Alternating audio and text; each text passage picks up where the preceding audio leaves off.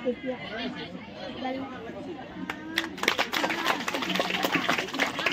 শুভক্ষণতে আমাৰ শ্ৰীযুত পলাশজ্যোতি শইকীয়া ছাৰক আমাৰ উদযাপন সমিতিৰ সভাপতি শ্ৰীযুত মৃদুল বৰা ছাৰে এখন বিহুৱানেৰে সম্বৰ্ধনা জনাব।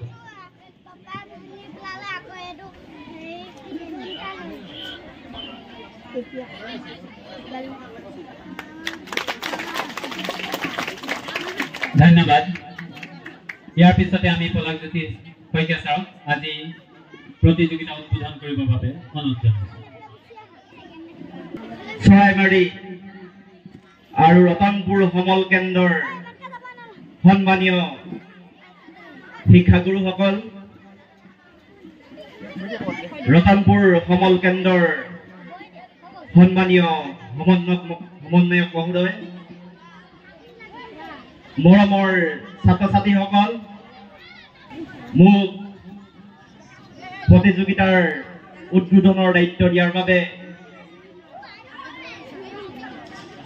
আমগুৰি মধ্য ইংৰাজী বিদ্যালয়ৰ সন্মানীয় প্ৰধান শিক্ষক লোকেশ্বৰ গগৈ ছাৰ আৰু উদযাপন সমিতিৰ সমূহ বিষয়ববীয়াক ধন্যবাদ জনাইছো। প্ৰতিযোগিতা অংশগ্ৰহণ কৰিলে প্ৰতিযোগীসকলৰ সুপ্ত প্ৰতিভা বিকাশত সহায় হয়। প্ৰতিযোগীসকলে শাৰীৰিক, মানসিক, বৌদ্ধিক দিশত বিকাশ কৰিবলৈ সুযোগ পায়। সেইবাবে